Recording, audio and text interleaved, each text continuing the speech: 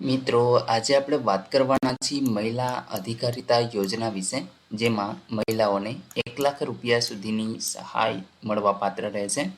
અહીં મિત્રો વ્યવસાયમાં તમે સીવણકામ હોય, પશુપાલન હોય, કમ્પ્યુટર અને મોબાઈલ રિપેરિંગની વસ્તુ હોય કે પછી બ્યુટી પાર્લર હોય, તો આવા તમામ વ્યવસાયો માટે તમને લોન છે એ મળવાપાત્ર છે.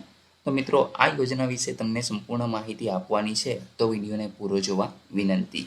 જો તમને વિડીયો ગમે તો લાઈક કરજો, તમારા મિત્રો સુધી આને શેર કરજો અને ચેનલને સબસ્ક્રાઈબ કરી લેજો, જેથી આવી કોઈ પણ માહિતી આપ સુધી પહોંચતી રહે. તો ચાલો શરૂ કરીએ.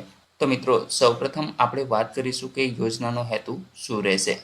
તો મિત્રો, ગુજરાત સફાઈ કામદાર વિકાસ નિગમ ગાંધીનગર દ્વારા મહિલા અધિકારીતા યોજના એટલે કે MAY હેઠળ જુદા જુદા ધંધા અને વ્યવસાયો જેવા કે મંડપ ડેકોરેશન, કમ્પ્યુટર, ઇલેક્ટ્રોનિકની દુકાન, પશુપાલન, કરિયાણાની દુકાન, વાંસકામ, સીવણકામ, એમ્બ્રોઇડરી કામ, બ્યુટી પાર્લરનું કામ, મોબાઈલ રિપેરિંગ વગેરે માટે સફાઈ કામદાર અને આશ્રિત મહિલાઓને વ્યક્તિગત રૂપિયા 1 લાખની લોન છે એ આપવામાં આવે છે, અથવા તો મિત્રો તમને 5%ના વ્યાજ દરે ધિરાણ છે એ આપવામાં આવશે.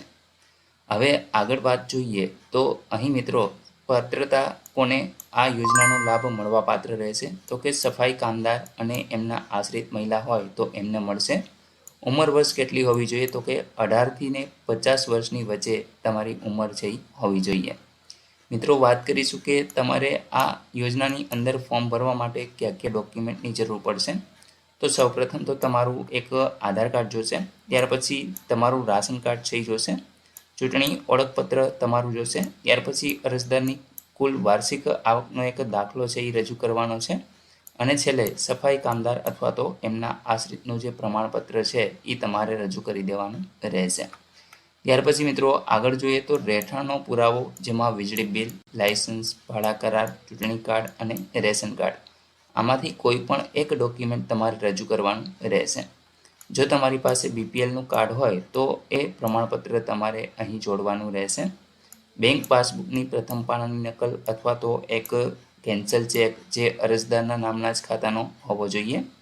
ત્યાર પછી જો કોઈ વિધવા સ્ત્રી ફોર્મ ભરતી હોય તો એમના પતિના મરણનો દાખલો અહીંયા રજૂ કરવાનો છે.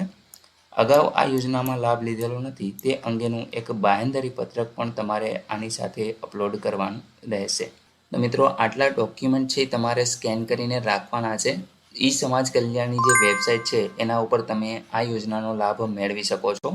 ઓનલાઈન અરજી કેવી રીતે કરવી એના વિશે પણ આપણે ટૂંક સમયમાં જ વિડીયો બનાવશું, તો તમે ચેનલ સાથે અવશ્ય જોડાઈ જજો, જેથીને તમે આ યોજનાનો લાભ મેળવી શકો, એ વિડીયો જોઈ અને જાતે જ ઓનલાઈન અરજી કરી શકો. જો મિત્રો તમને વિડીયો ગમે તો લાઈક કરજો, તમારા મિત્રો સુધી શેર કરજો. વિડીયો જોવા બદલ આપનો ખૂબ ખૂબ આભાર.